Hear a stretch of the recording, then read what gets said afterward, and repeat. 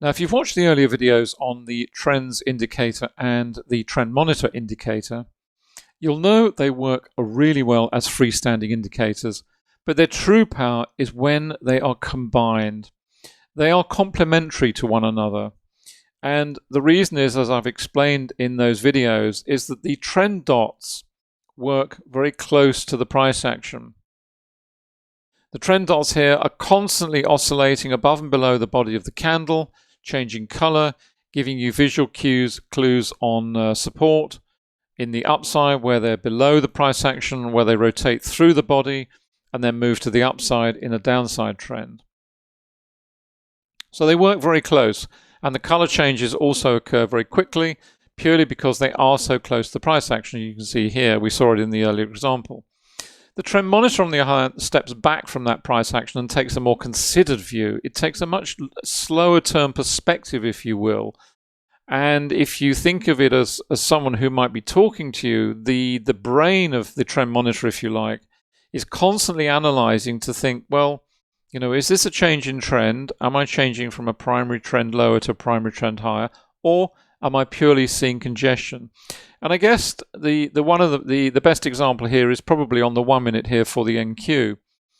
Remember, these are both the trends and the trend monitor here are in their default conditions, so they are a maximum sensitivity, but you can adjust that, as I've said in the earlier videos. So what we're seeing here is we've got a bullish phase of price action going on earlier on. We've come into some congestion. The trend dots have moved above. They've changed color, so they've changed to white. Then we get into some red. Here we're into changing red and white through here, through the congestion phase.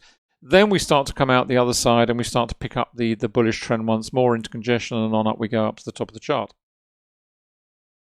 But what we actually see from the trend monitor is very much less in terms of color change.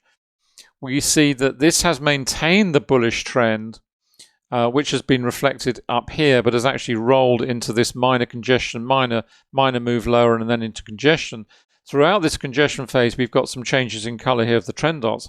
But in terms of the trend monitor, all the trend monitor has done is basically said, yep, okay, I can see this congestion phase building.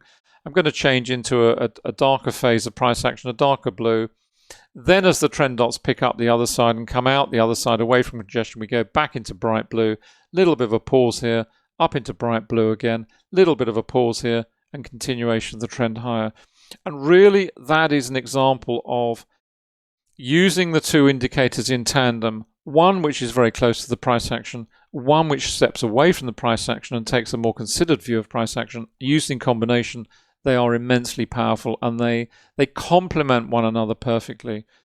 On this example, on the 3 minute, it was straight through. The trend dots continued on up.